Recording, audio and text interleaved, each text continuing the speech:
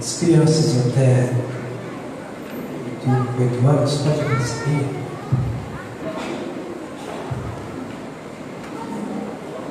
Vamos abrir Juízes, capítulo de número 2. Juízes 2.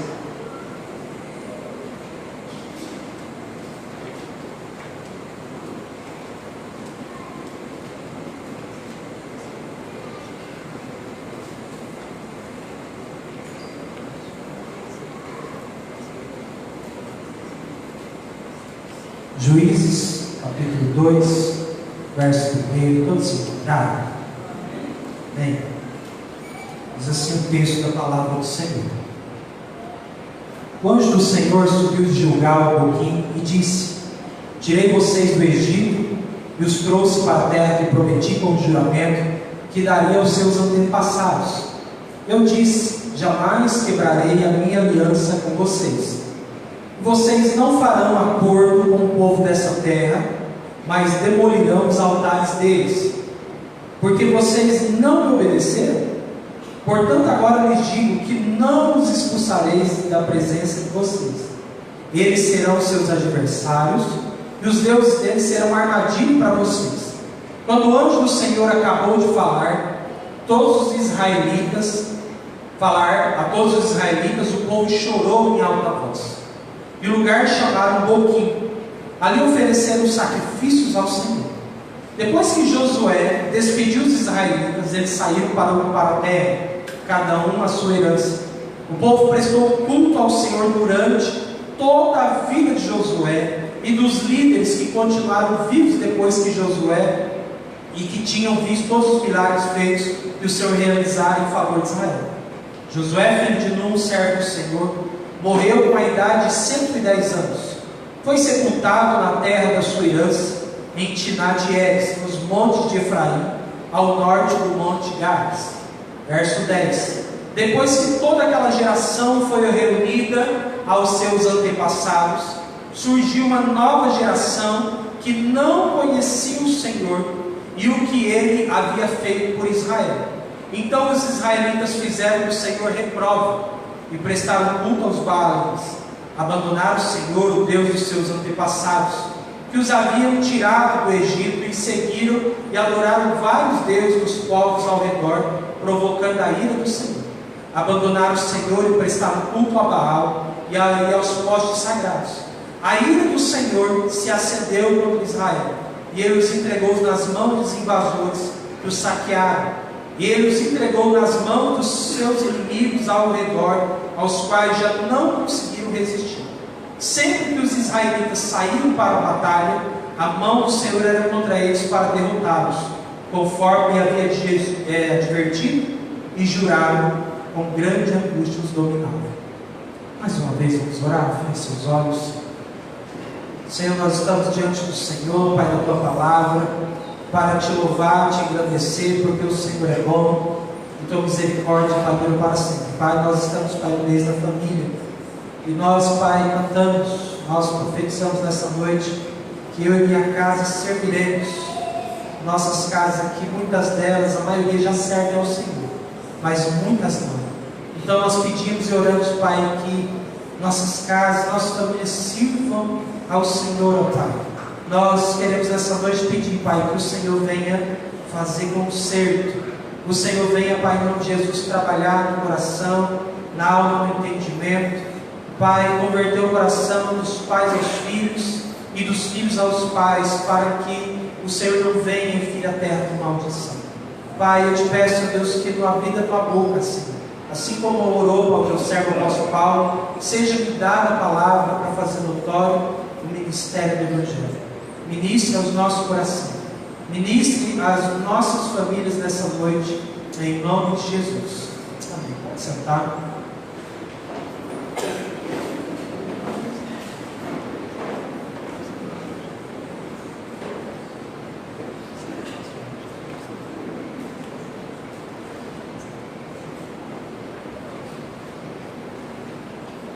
Bem, irmãos, nós estamos começando hoje, na verdade, quinta-feira, tá aí já, desculpa, na verdade, quinta-feira nós começamos, nós temos sobre família, o presbítero Ricardo E Ruth trouxe uma palavra em Provérbios, não estava, mas foi uma bênção.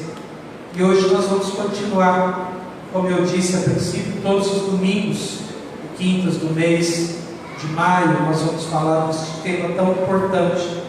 Importante porque você deve, assim como eu, conhecer alguma família, ou algum casal, algum filho que passa por dificuldade, que passa por crise nos dias que nós vivemos. Quem lida aqui com a educação sabe que como está difícil a criação de filhos, sejam eles crianças, sejam eles adolescentes ou jovens, porque com o advento da mídia, com o advento das redes sociais, nossa casa, nossa família, nossos filhos estão ainda cada dia mais expostos ao mal, mais expostos ao perigo, mais expostos àquilo que muitas vezes está longe do nosso controle. Uma hora é uma coisa na internet, outra hora é outra, é um modismo aqui, é um modismo ali, e às vezes eu e você, que já somos pais, ficamos sem saber o que fazer. Você muitas vezes fica com as mãos atadas, e nós dependemos e deixamos exclusivamente para Deus cuidar de nossas casas. Mas ainda que Deus venha cuidar das nossas casas, você precisa fazer o que lhe cabe. Você não pode simples e unicamente transferir somente para Deus e achar que somente Deus tem responsabilidade na sua vida e na vida da sua família. Mas que você como pai, você mãe também tem responsabilidades. Você filho também tem responsabilidades.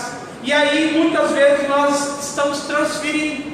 Nós deixamos para babá educar, nós deixamos para o professor educar, nós deixamos para o pastor educar, quando na verdade a responsabilidade de educar nossos filhos é exclusivamente do pai, exclusivamente da mãe, ou daquele que hoje é o cuidador, ou daquele que hoje detém aí a tutoria de alguém, de alguma criança, seja ele adolescente ou jovem. E dentro disso nós vamos olhar aqui no livro de Juízes, uma história extremamente triste na história de Israel. Nós temos uma história que, dentro da história de Israel, é a história que encerra o período do momento da vida de Josué. Josué, ele vai liderar Israel por 25 anos. Diz que Moisés morre. E aí lá no verso 1 do capítulo 1 do livro de Josué, Deus disse para Josué: Josué, meu servo Moisés é morto. Agora eu conto com você para que você leve este povo, atravesse o rio Jordão. E Deus então disse para Josué: Josué, assim como foi com Moisés, eu serei contigo. Tão somente aí, até o verso de número 9, Deus vai repetir isso pelo menos por 3 vezes. Ser forte e tende bom ânimo, porque você, Josué, fará este povo herdar aquilo que eu prometi ao povo de Israel. Você vai ajudar esse povo a herdar a terra prometida. Mas então, Josué, você precisa ser forte e ter bom ânimo. Então, quando começa o capítulo 1, você vai ver várias histórias envolvendo a vida de Josué, como a queda dos muros de Jericó e tantas outras histórias. Mas a triste história que envolve a vida de Josué é que Josué não deixou líder. Enquanto Moisés deixa Josué como sucessor, Deus então prepara Josué, mas Josué não prepara outro.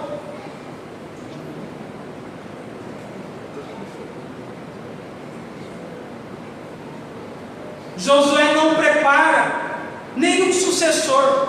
Enquanto Moisés prepara Josué, Josué não prepara ninguém. E aí nós já estamos entrando no período dos juízes, e começa aqui o momento mais triste da história de Israel, como é narrado no verso de número 10. No verso de número 10 nos diz que depois que Josué morreu, passou-se aquela geração de Josué. Depois que aquela geração que morava, que era contemporânea, que eram os anciãos anciãos de Israel, depois que aquela geração morre, diz que levantou-se uma geração que não conhecia o Senhor. Todas as vezes que eu leio esse texto, todas as vezes que eu leio essa passagem, eu vejo que essa história, querido, é uma história extremamente perigosa para mim, para você, para as nossas vidas. Porque nós estamos falando de um povo que viu milagres sobrenaturais. Nós estamos falando de um povo, irmãos, que além de passar o Rio Jordão a pé seco, disse que eles não sequer usaram uma água para destruir Jericó. A história de Josué com esse povo é uma história grandiosa, uma história de milagres, uma história de poder, uma história de grandezas. Mas o triste disso tudo é que Josué morre e agora nasce uma geração que não sabe quem é Deus. Nasce uma geração que não conhece quem é o Senhor. E eu fiquei pensando nesse texto para ministrar para a igreja. Nós estamos correndo o risco da geração dos nossos filhos não saberem quem é Deus. Ah, pastor, o senhor está forçando, o senhor está apelando demais. Estou não, querido. Nós temos amigos aqui no Paraná, na verdade São Paulo. O pastor Hugo, hoje ele está na França. A França, querido, foi onde Calvino nasceu, um dos grandes líderes da reforma protestante. E ele estava na França, e ele ficou mais de 2 anos. Passados 2 anos, ele conseguiu ganhar uma pessoa para o Senhor. E ele mandou um relatório todo feliz, que havia conseguido ganhar alguém para o Senhor. Um país que foi o berço da reforma protestante, é um país que hoje não se crê em Deus. Como nós chamamos que a Europa, de alguma forma, já é considerada pós-cristã. Ainda que tem igrejas, que tem pessoas que creem, mas quando você vai ver, é tudo gente de fora. É tudo gente de outras nacionalidades. É brasileiros que vão para lá, é missionários que vão para lá. Mas o povo de lá em si não acredita mais em Deus. E a história do povo de Israel muito lembra a nossa história. E como eu disse, para que a nossa família seja cuidada por Deus, não é só necessário, querido, você ter boas intenções. Não é só necessário você ter boas ideias, colocar o nome dos seus nomes bíblicos. Não é só necessário você cantar, eu e minha casa serviremos a Deus. Não é só necessário, querido, você orar e dizer, cuide da minha família, enquanto você não faz a sua parte. O povo de Israel aqui no capítulo 2 de Juízes, se tivesse feito o contrário, se tivesse feito e se tivesse levantado um líder para cuidar deste povo, esse povo não teria caído em desgraça, esse povo não teria caído em tragédia, esse povo não teria caído em amargura. E aí se passa uma geração inteira fazendo tudo o que não agradava a Deus. Tudo que é tipo de pecado o povo de Israel havia cometido. E Deus, ainda pela misericórdia dele, levantava juízes para livrar esse povo que havia dado as costas para ele. E nós estamos vivendo dias assim. Dias em que nossos filhos conhecem muito bem o que acontece na internet. Nossos filhos sabem quem são os cantores por aí. Nossos filhos sabem um monte de coisa, mas talvez eles não sabem a fé que eu e você tem. Nossos filhos talvez não saibam que nós vivemos milagres com Deus. Nossos filhos talvez sequer saibam que nós oramos. Nossos filhos talvez sequer saibam que nós fazemos alguma coisa perante Deus. Se nossos filhos estão nessa condição, vai ser o tempo de você morrer, e seus filhos vão viver como se nunca tivessem conhecido a Deus. Isso, querido, angustia o meu coração. Isso aperta a minha alma, porque eu tenho percebido dias assim, em que nós estamos preocupados em dar boas faculdades. Não é errado.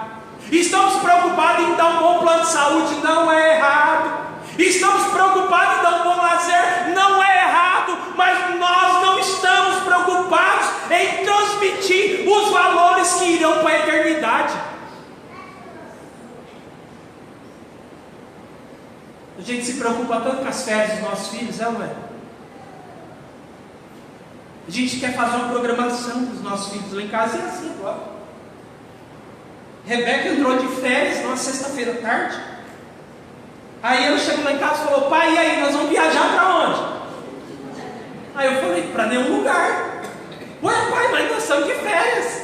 Eu falei: mas eu não estou. E mesmo se tivesse, eu não tenho dinheiro. Aí ela começou a chorar, brava, que queria. E aí a gente está preocupado com o lazer, com o bem-estar, com tanta coisa, mas a gente não está se preocupando com o principal, meus irmãos. Nós estamos correndo o risco da nossa geração ser a geração do juiz. Levantou-se uma geração que não conhecia os feitos do Senhor. E é sobre isso que eu quero falar nessa noite, sobre como evitar a tragédia familiar. Vamos repetir, 1, 2, 3. Como evitar a tragédia familiar. Primeira coisa, para que a sua família não entre em desgraça ou não entre em tragédia, você precisa lembrar da aliança que Deus fez com você e que você fez com Ele. Agora vou colocar para nós. Pode colocar o banner lá aquele da família, faz favor. Lembre-se da aliança que Deus fez conosco e que nós fizemos com Ele. Verso 1. O anjo do Senhor subiu de Gilgal, e diz: tirei vocês do Egito e os trouxe à terra que prometi com juramento a dar aos seus antepassados, e disse: jamais quebrarei a minha aliança com vocês. Então agora o Senhor está lembrando, o Senhor está reafirmando, ratificando as promessas que Ele fez para Israel. Olha a quantidade de tempo que esse povo já saiu do Egito. 25 anos só da vida de Josué.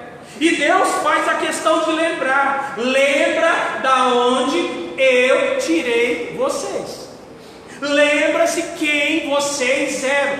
Vocês eram escravos, vocês estavam presos, e eu estou tirando, lembrando de onde eu os tirei, de onde eu os livrei.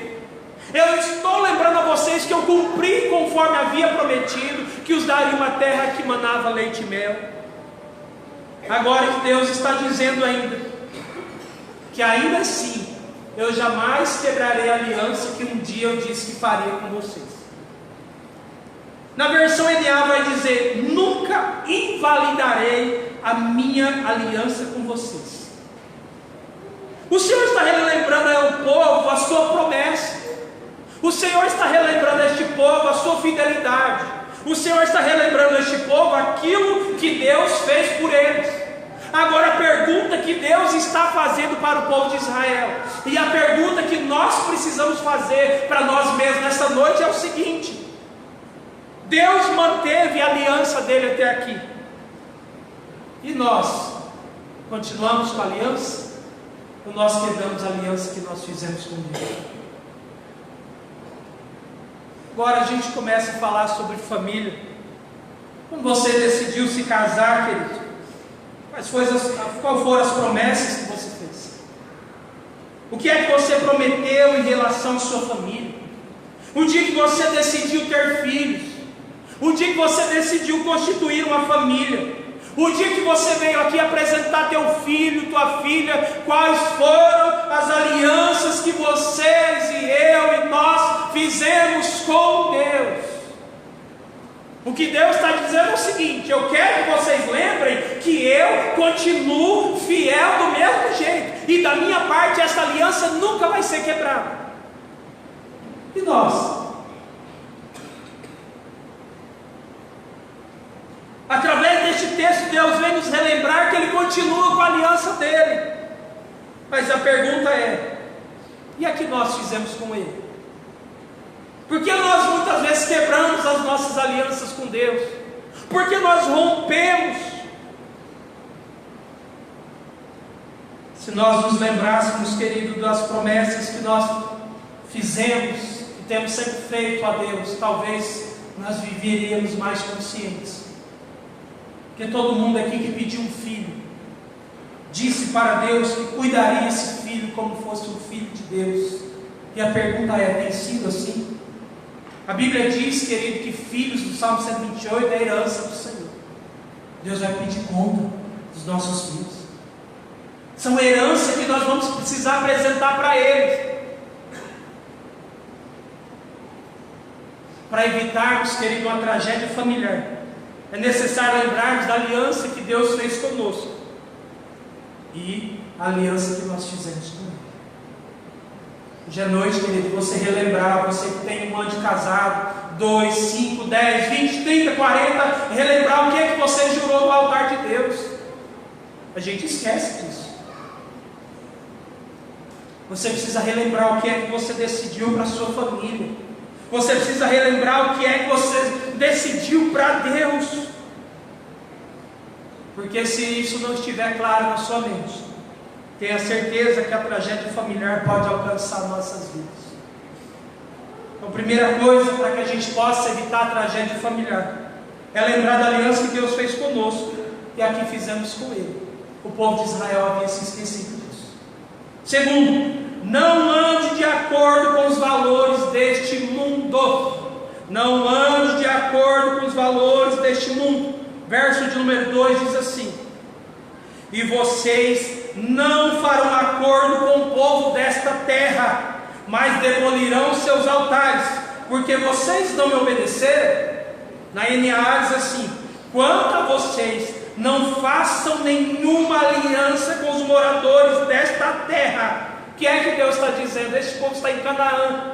Canaã é um povo pagão, um povo idólatra, que a gente poderia situar para esse tempo um povo que vai fazer despacho, um povo que usa de todo tipo de sincretismo religioso, de paganismo. E Deus quer que esse povo de Israel seja um povo diferente, separado, santificado, diferente. E Deus está dizendo: olha, vocês precisam viver para a minha glória. Vocês precisam ser um espelho para as demais nações. As nações ao lado de Israel, onde vocês passarem, precisam ver em vocês algo diferente, algo que os povos demais não têm. Vocês precisam ser espelhos para que possam refletir para os outros povos quem é o Deus que vocês servem. Israel não poderiam fazer acordos com o povo dessa terra. E um deles incluía o quê? Eles não poderiam casar com nenhuma mulher que não fosse de Israel, e nenhum homem vice-versa. Deus estava dizendo: vocês não podem andar conforme os valores deste mundo. Israel não podia se amoldar, queridos, aos padrões mundanos ditos e reprovados por Deus. Mas o que é que Israel faz? Israel parece que não dá ouvido ao Senhor. Israel se mistura com as coisas que Deus não se agradava. Israel se mistura com as coisas das quais Deus reprovava. Para que Israel cumprisse os propósitos de Deus, o povo não poderia de forma alguma fazer aliança, pactos, convênios com o povo desta terra. E aí, querido, não tem como a minha e a sua família dar certo se nós vivermos segundo os valores desse mundo. Não tem como a família ser abençoada vivendo entre Deus e vivendo entre o mundo. A tragédia familiar só será evitada se nós não andarmos de acordo com os valores deste mundo. Não se engane, querido, não se engane. Viver como o mundo vive só nos levará à desgraça e nos levará ao inferno. Você viu? Até quebrantou a criança. Não viva de acordo com este mundo. Não faça acordos. Não faça aliança com este mundo, mas mantenha a sua aliança e de sua família com Deus. Como é que as nossas famílias vivem hoje? Todo mundo aqui tem parentes que não servem ao Senhor. Mas quando a gente junta com esses parentes que não servem ao Senhor, você já percebeu que muitas vezes a gente mistura? Não há diferença. Não há diferença no linguajar. Não há diferença no que a gente ouve. Não há diferença no que a gente bebe. Não há diferença no que a gente veste. Não há diferença no que a gente faz. É por isso que muitas vezes um familiar seu olha para mim, para você e não bota fé na sua vida. Porque nós não temos testemunho muitas vezes que Deus quer. Nós estamos parecidos, moldados segundo os padrões desse mundo. É por isso que muitas vezes as pessoas não nos respeitam, porque a gente não dá testemunho de crente, porque a gente está parecendo mundano.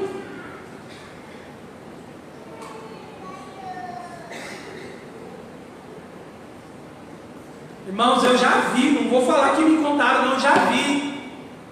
Quantas vezes você vê crente que quando encontra com outro não crente que está bebendo, quando você vê, menino, é de tudo um pouco. É tudo aquilo que a gente fala, não tem problema, pastor, não tem nada a ver. Criança lá está cantando coisa que desagrada a Deus, que é do mundo. Está assistindo coisa que não presta. Está falando coisa que não presta, que edifica. A criança fala um palavrão. Olha que legal, aprendeu um palavrão. Olha que legal, fala de novo. Aí fala um palavrão. Olha que legal, que gracinha, né? Que diferença nós temos com o mundo? Nós só vamos evitar a tragédia familiar, queridos, se nós não andarmos conforme os valores desse mundo. Nós não somos daqui, queridos. Nós não somos deste lugar. Nós estamos aqui de passagem. Mas muitas vezes nós estamos nos apaixonando pelas coisas desse mundo. Ou você vive para o Senhor, ou você vive para o mundo. Não há possibilidade de servirmos a dois senhores. E como Josué diz no seu livro, no capítulo 24, no verso número 15, que está aí em cima, Josué, um dia olhando para o povo que estava numa bagunça só, Josué olha para a nação e fala o seguinte: eu não sei vocês, mas eu quero dizer uma coisa para vocês, nação de Israel. Eu não sei vocês, mas eu e minha casa serviremos ao Senhor. Louvado seja o nome do Senhor. Eu não sei, querido, o que o outro vai fazer. Eu não sei o que o seu parente, o seu cunhado, o seu pai, sua mãe vai fazer. Você precisa saber o que é que você vai fazer nessa noite. Se você vai sair daqui decidido em viver para Deus e glorificar o nome dEle. Nós só vamos evitar a tragédia familiar se nós não andarmos conforme os valores deste mundo. Cuidado com o que seu filho assiste. Cuidado com o que ele vê, o que ele ouve. Nós precisamos tomar cuidado, porque o papel do diabo é destruir a minha e a sua família. Para evitarmos essa tragédia familiar, nós não podemos se amoldar conforme os valores do mundo. Como evitar a tragédia familiar? Terceiro, mantenha viva a fé e o testemunho no coração dos seus filhos até quando você morrer. Mantenha viva a fé e o testemunho no coração dos seus filhos até quando você morrer. Verso de número 7 diz assim: o povo prestou culto ao Senhor durante toda a vida de Josué e dos líderes que continuavam vivos depois de Josué e que tinham visto todos os grandes feitos que o Senhor realizara em favor de Israel. E aí, Josué, como sucessor de Moisés, ele faz parte daquela geração que ficou 40 anos no deserto. Você sabe, e se não sabe vai saber agora, que do Egito até Canaã, Israel gastaria apenas 7 dias a pé, no lugar onde Deus queria levar. Mas como o povo, desde a saída do Egito, começou a testar a Deus, e começou a duvidar do poder de Deus, Deus disse a Josué: Josué, não entrarão na minha presença. Todos quantos foram rebeldes cairão no deserto. Então diz que Deus faz este povo mudar a rota, e eles andam então o quê? 40 anos. Diz que aquela geração da época de Josué, diz que todos morreram no deserto. Levantou-se uma nova geração após Josué, e aí a geração dele somente ficou Josué e Caleb. Daquela geração do Egito, somente Josué e Caleb entraram na terra prometida. Toda uma geração desobediente, incrédula, morreu no Egito. Aí é como se Deus pensasse assim: não, agora Josué vai levar o povo, e nós vamos ter um novo momento. E de fato aconteceu. Mas o problema é que isso aconteceu enquanto Josué era vivo, enquanto os anciãos eram vivos. E aí Josué é esse cara que viveu grandes coisas diante de Deus. Josué viu os sinais do Egito, querido. Josué viu o mar se abrir, foi o comandante aí na batalha contra os amalequitas. Ele foi com Caleb lá trazer o relatório de Canaã. Foi o responsável para passar o Rio Jordão. E aí no verso de número 7 diz: aos quais viram todos os grandes feitos que o Senhor fizera em Israel. Por 25 a 30 anos, nós tivemos Deus sendo testemunhado na geração de Josué. De 25 a 30 anos, Deus está sendo falado, as pessoas estão ouvindo, Deus está sendo pregado, as crianças, adolescentes e jovens estão sabendo. Mas chegou o momento, Josué agora tem 110 anos, Josué morre. E quando Josué morre, morre a geração espiritual de Josué. E agora começa o problema. Josué morre e a geração espiritual morre junto. E aí quando morre Josué, não tem ninguém que dá sequência, não tem ninguém que dá continuidade. E a gente percebe que a falta de líderes decreta a morte espiritual da próxima geração. Nos dias de Josué, a palavra, a fé, o testemunho de Deus e as grandezas continuavam vivas, até que Josué morre. A pergunta que eu faço, pensando na vida de Josué e que o povo de Israel viveu, vivendo todos esses milagres e essas grandezas, e quando você deixar de existir, ficará fé no coração dos seus filhos? Ficará fé no coração dos nossos filhos? Ficará testemunho da grandeza de Deus? Como é que os nossos filhos lembrarão de nós, meus irmãos? E você que não é casado, vai casar, vai ter filho, essa palavra serve para você. Você que é casado e não tem filho, essa palavra também serve para você. A pergunta é: ficará a fé no coração dos nossos filhos? Ou esses filhos serão como os filhos dos juízes? Levantou-se uma geração do qual não conhecia Deus. Ou morrendo os pais espiritualmente, os filhos vão morrer em seguida? Se você deixasse hoje, se você não existisse hoje, seus filhos manteriam-se firmes em Deus? Nós precisamos nos perguntar isso, querido.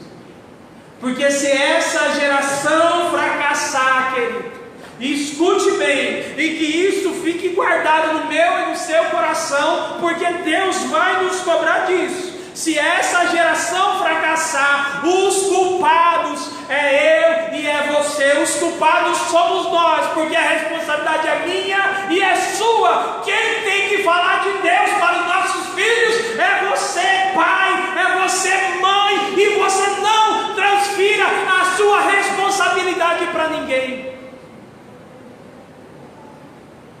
A tragédia familiar só pode ser evitada se mantermos vivo a fé e o testemunho no coração dos nossos filhos até o dia da nossa morte, porque Provérbios diz: ainda que seja velho, ainda que se afaste dos caminhos do Senhor, ele ainda vai voltar. Qual foi o texto que a diaconisa Nedina leu hoje? Salmo de número 87, se eu não me engano, verso 5. O que dizia?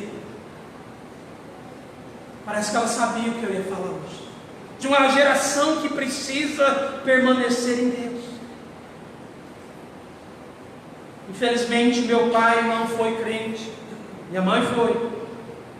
Mas eu lembro muito claro, querido, não é nem dela, do meu finado avô Domingos, um batista brasileiro, que morreu aos seus 84 anos, comido por um câncer, e em cima de uma cama, um dia lá no hospital Santa Lúcia, em Jaciara.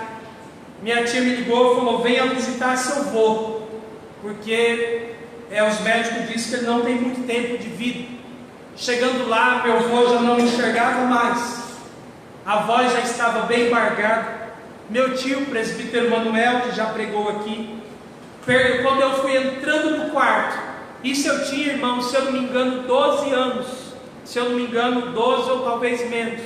Eu tinha 12 anos de idade. Quando eu abri a porta, eu ouvi meu tio fazendo a seguinte pergunta para o meu avô: seu Domingos, se o senhor for morrer hoje, o senhor tem certeza que o senhor vai estar com Cristo? O senhor crê? E ele dizia: crê. Ele com muita força falava: crê. E ele ali expressando a sua fé em Deus. Eu não era crente, eu não servia a Deus, mas aquilo marcou tanto o meu coração, porque eu fiquei pensando: como um velho desse está aí numa cama, sendo comido por um câncer, ainda consegue demonstrar o poder e o testemunho da fé no seu coração. Eu só tinha 12 anos, meus queridos, e aquilo não sai da minha memória. Eu estou cantando e estou vendo, isso está vivo, e é isso que eu quero que você deixe para os seus filhos. Nós estamos preocupados com a herança que nós vamos deixar para eles. Estamos preocupados, como eu disse, com o plano de saúde, com a faculdade. Preocupe-se com aquilo que ele vai levar para a eternidade. Preocupe-se com aquilo que o diabo não vai tomar. Preocupe-se com aquilo que somente Deus pode dar, que é a presença dele. Louvado seja o nome do Senhor. Como evitar a tragédia familiar? Quarto, o futuro espiritual das nossas famílias depende exclusivamente da nossa geração. O futuro espiritual das nossas famílias depende exclusivamente da nossa geração. Talvez se fale: então nós estamos perdidos. Essa resposta é sua. Verso 10. Depois que toda aquela geração foi reunida a seus antepassados, surgiu uma nova geração que não conhecia o Senhor e o que ele havia feito por Israel. Surgiu uma nova geração que não conhecia o Senhor e o que ele havia feito por Israel. Levando outra geração agora, mas nem mesmo os milagres, nem mesmo a história da fé, nem mesmo o que a geração anterior fez, foi capaz de fazer, de levar, de ter uma transição para a nova geração. Levantou uma geração, querido, ímpia, uma geração que não conhecia a Deus, uma geração que vivia como se os pais nunca tivessem sido crentes. Levantou-se uma geração que não tinha nem ouvido falar dos feitos do Senhor. O que aconteceu? Só pode ter acontecido uma coisa: a geração de Josué era a geração que viveu milagres, que viveu testemunhos, só que essa geração não fez o quê? Não levou para os seus filhos o que Deus gostaria que eles levassem. É simples. Eles não sabiam. Como é que você vai saber de uma coisa que não te contaram? Como é que você vai saber de uma coisa que não te ensinaram? E aí a tia Silvia, missionária Silvana, ela tem uma frase fantástica, que ela diz que o coração da criança é de quem chegar primeiro. Havia uma geração fracassada, porque a geração anterior não conseguiu passar o bastão. Havia uma geração sem identidade, sem conteúdo, sem memória. Você que é filho de pais crentes, que talvez teu pai e tua mãe tenham falecido já, você deve ter boas memórias dele. Se ele ainda não foi falecido, qual é a memória que você tem dele? Talvez você está aqui nessa noite pensando: pastor, olha, eu estou começando agora na fé, conhecendo o Senhor agora. Nenhum dos meus pais me ensinou a palavra. É por isso que Deus te trouxe aqui nessa noite, para te ensinar, para quebrar o ciclo, para não repetir os erros do passado, para fazer diferente aquilo que alguém um dia não fez por você. Que nós sabemos de nossos pais na fé? Quais as histórias que você guarda? Quais as histórias de milagres que seus filhos já sabem que você viveu? O que é que nossos filhos guardam de nós? Como é que nossos filhos nos veem? O que nós temos para contar para os nossos filhos? O que nós temos para contar para a próxima geração? Qual é o testemunho que você tem para dar, querido? O que nossos filhos estão vendo de Deus em nós e através de nós? Quais experiências serviram de testemunhos para os seus filhos? Eu conheço gente que os pais morreram e ficaram milionários. Só que ficaram, querido, somente com dinheiro, na pior situação possível. Dinheiro não resolve a vida de ninguém. Dinheiro acaba, mas a presença do Senhor, ela permanecerá para sempre.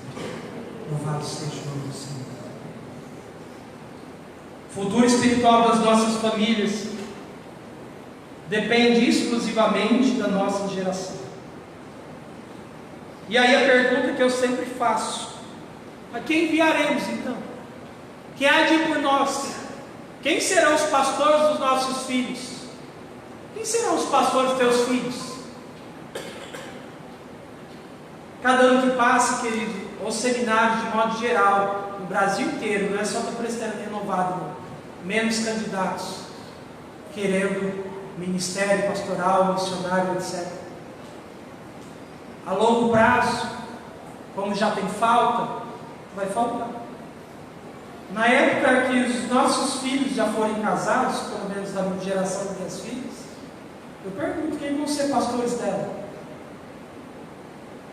O futuro espiritual das nossas famílias depende exclusivamente de mim e de você. Mas pastor, eu fiz o que o Senhor me disse, eu testemunhei, eu orei, meu filho me viu, minha filha me viu a vida toda servindo ao Senhor, mas ele não quis. Aí é problema dele, aí já não é com você. O que Deus vai te cobrar é se você cuidou da herança que Ele te deu.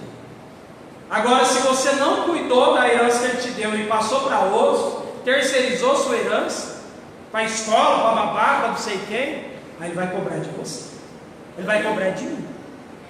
Agora, se você demonstrou a sua fé, se enquanto você viver e viveu, você demonstrou que você servia a Deus, pode morrer tranquilo, querido, e sua parte você fez diante do Senhor. Para finalizar, como evitar a tragédia familiar? Quinto, uma família que não conhece a Deus faz coisas que até o diabo duvida. Uma família que não conhece a Deus faz coisas que até o diabo duvida. Verso de número 11, pega aí comigo, diz assim: os israelitas fizeram o que era mal aos olhos do Senhor, que o Senhor reprova, prestaram culto aos Baalins, abandonaram ao Senhor dos seus antepassados. Olha o que está dizendo: que os haviam tirado do Egito, e seguiram e adoraram vários deuses dos povos ao seu redor, provocando a ira do Senhor. abandonaram o Senhor e prestaram culto a Baal e seus postes sagrados, idolatria.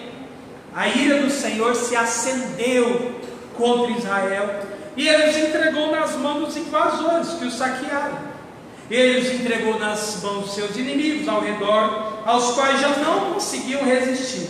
Sempre que os israelitas saíam para a batalha, a mão do Senhor era contra eles para derrotá-los, conforme lhe havia advertido e jurado. Grande angústia os dominava. Verso 16.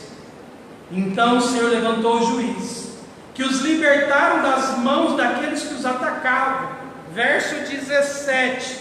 Mesmo assim, eles não quiseram ouvir os juízes, antes se prostituíram com outros deuses, os adorados.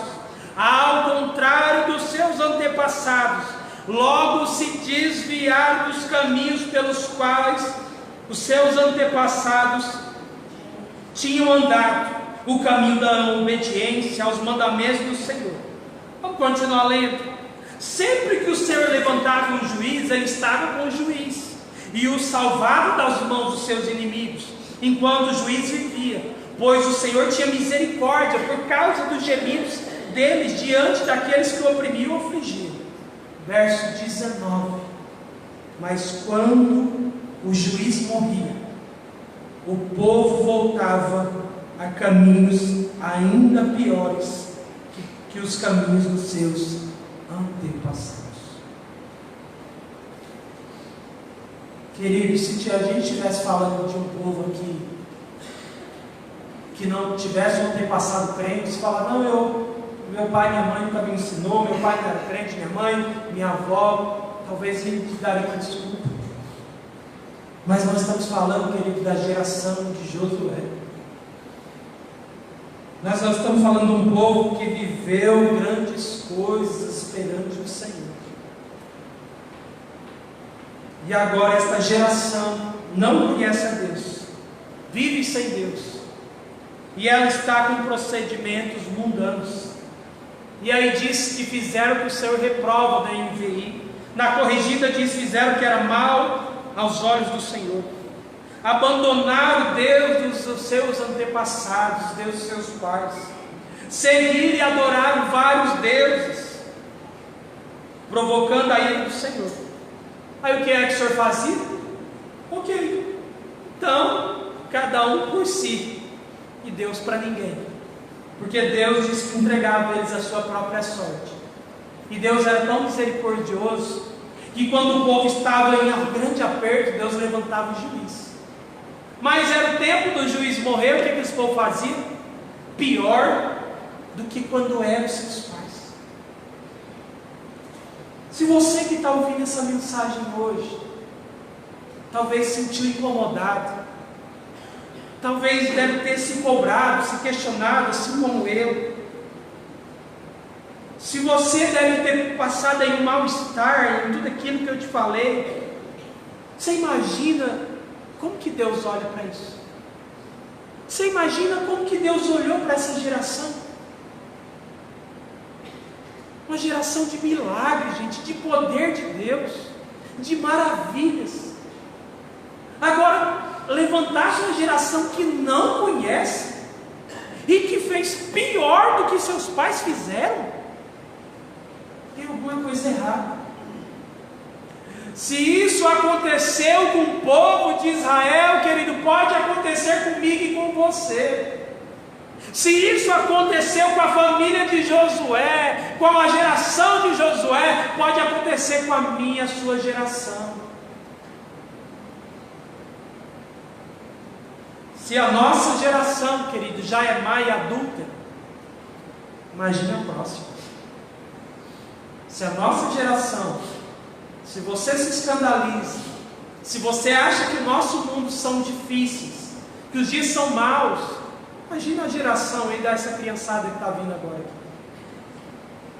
Geração aí da Alice, da Helena, Rebeca, da Joana, da Maria, da Ana Rafaela, a criançadinha toda aí, talvez eu esteja. Você pensa nisso, irmãos, ou não? Se não pensa, hoje é noite para a gente pensar. Porque nós vamos morrer, e eu não sei que dia é. E o dia que eu morrer, eu quero que minhas filhas pelo menos lembrem da fé que eu tive, ainda que elas não se mantenham na fé. Mas se elas lembrarem e pensar assim, independente de eu ser pastor, lembrar, não, meu pai e minha mãe foram homem e mulher de Deus, oravam, tinha testemunho, isso já vai contar grande coisa, porque ainda que se desvie, uma hora vai voltar. Mas se nós não fazermos o dever de casa, nós vamos contribuir para que a próxima geração seja ainda pior do que a nossa, assim como foi nos dias do juiz. Para nos livrarmos da tragédia familiar, querido, é necessário que a gente venha conhecer a Deus e fazê-lo conhecido. É necessário que você adore a Deus em casa e adore Ele no templo. O que é que toca na sua casa? O que é que você assiste com seus filhos? Qual é a palavra que seus filhos ouvem da sua boca? Como é que você trata a sua esposa? Como é que você trata seu esposo? Como é que você trata seus filhos? Qual é a relação estabelecida dentro do seu lar, da sua família? A relação dentro da sua família e do seu lar pode ditar o futuro espiritual dela. Se aconteceu com o povo de Israel, querido, pode acontecer comigo e com você. Se aconteceu na casa de Davi, na casa do homem segundo o coração de Deus, pode acontecer na minha casa, pode acontecer na casa do Jean, pode acontecer na casa do Alcemir, pode acontecer na casa de qualquer um, querido. E para nós nos livrarmos da tragédia familiar, você não pode transferir simplesmente seus filhos para a mão de Deus. Ó Senhor, toma conta. Ó Senhor, estou orando por ele. Ó Senhor, toma aí meu filho querido. O que você tem que fazer, Deus não vai fazer. Você conhece, querido, muita família que caiu em desgraça, muita família que se perdeu. Mas hoje, nessa noite, nós temos a condição de reparar esses danos. Nós temos a condição de fazer diferente. Nós temos a condição de talvez dar um futuro melhor para os nossos filhos.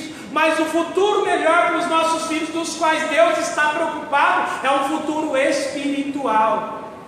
Quando você fazer seus projetos para o futuro, para seus filhos, inclua um projeto espiritual. Eu conheço pais que falam assim: pastor, minha filha nasceu, eu fiz uma poupança para ela, já tem não sei quantos mil, já garanti a faculdade dela. Que bom, ótimo, parabéns, boa ideia, boa iniciativa. Olha, meu filho nasceu, já transferi essa casa para o nome dele, um terreno, porque vai que eu morro, né, pastor? Meu filho já tem alguma coisa para ele se virar. Que bom, ótimo, boa iniciativa. Agora, o que é que você está deixando de herança espiritual para ele?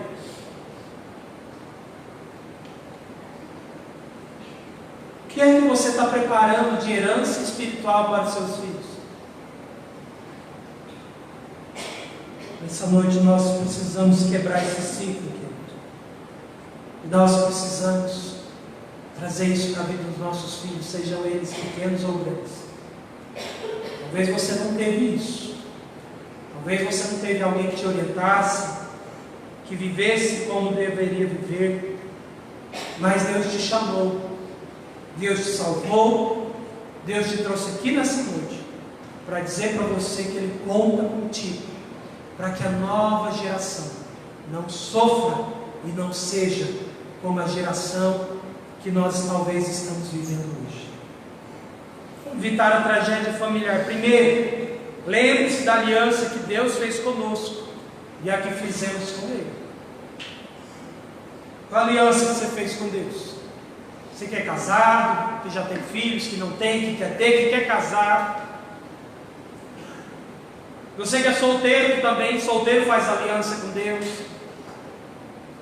Segundo, para evitar a tragédia familiar, nós não podemos andar de acordo com os valores desse mundo.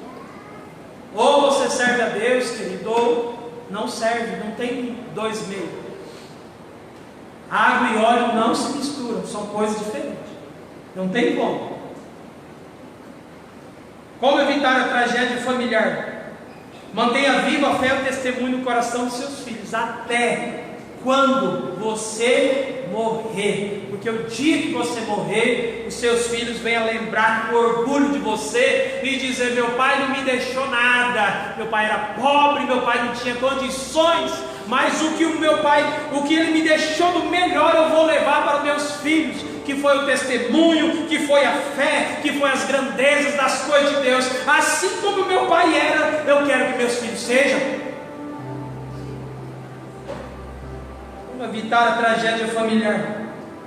O futuro espiritual da sua família, da minha família, depende exclusivamente da nossa geração. Depende exclusivamente de nós. De nós e de nós e de nós. E é de mim e é de você, e não é de mais ninguém. Minha família que não conhece a Deus faz coisas que até o diabo duvida. Nós participamos o ano passado inteiro, quase 2 anos aqui no Sejusc, trabalhando com mediação. A gente teve muito contato com o conselho tutelar, com advogados, etc., com ações. E não sei se a irmã Celi está aqui ou quem já trabalhou no conselho. Acontece coisa nessa cidade, querido. Acontece coisa nessa cidade que até o cão duvida. Acontece cada barbaridade, principalmente em relação a criança, estupro. Cada coisa que você fala assim: gente, isso não deve ser humano, isso deve ser um monstro. A gente acha que essas coisas acontecem lá em São Paulo, Rio de Janeiro. Não, é aqui em Campo Verde. Que você acaba se envolvendo com o problema, você acaba ficando mal. E você fala assim: gente, como um pai, como uma mãe tem coragem de fazer esse tipo de coisa? E aí você às vezes vê que a pessoa vai presa, faz isso, perde guarda, faz aquilo tudo, tenta um monte de coisas e não resolve. E aí a gente tem claro o que é que falta para essas pessoas. Você vê que cadeia não resolve. A pessoa vai lá, vai vir ficar presa, vai voltar e vai repetir o ciclo. E a gente percebe que a única coisa que pode mudar a sociedade, a única coisa que pode evitar a tragédia familiar no nosso município, é as nossas famílias viverem de acordo com a palavra de Deus, e vivermos os valores de Deus, e transmitirmos os valores de Deus. É isso que Deus está te chamando, está me chamando, e está nos chamando nessa noite, em nome de Jesus. Se você não quer uma tragédia familiar na sua casa, Deus também não quer, mas não depende somente de Deus. Boas intenções não resolvem. Resolve é você pegar na mão do teu filho e da tua filha, ensinar o caminho, ensinar no caminho, desculpa. Ensinar o caminho assim: meu filho, você tem que ir para a igreja, minha filha, você tem que ir para a igreja, você tem que ser crente enquanto o pai e a mãe estão lá em casa, está em casa. Agora ensinar no caminho é pegar na mão e falar: vamos orar junto, meu filho, vamos orar junto, minha filha, vamos orar aqui em casa, vamos abençoar a sua vida. Sabe quando a gente ora com os nossos filhos?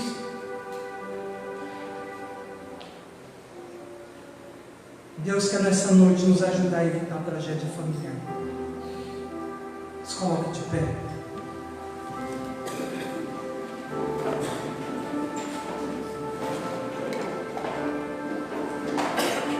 Convidar o ministério de louvor. Nós vamos cantar essa última música.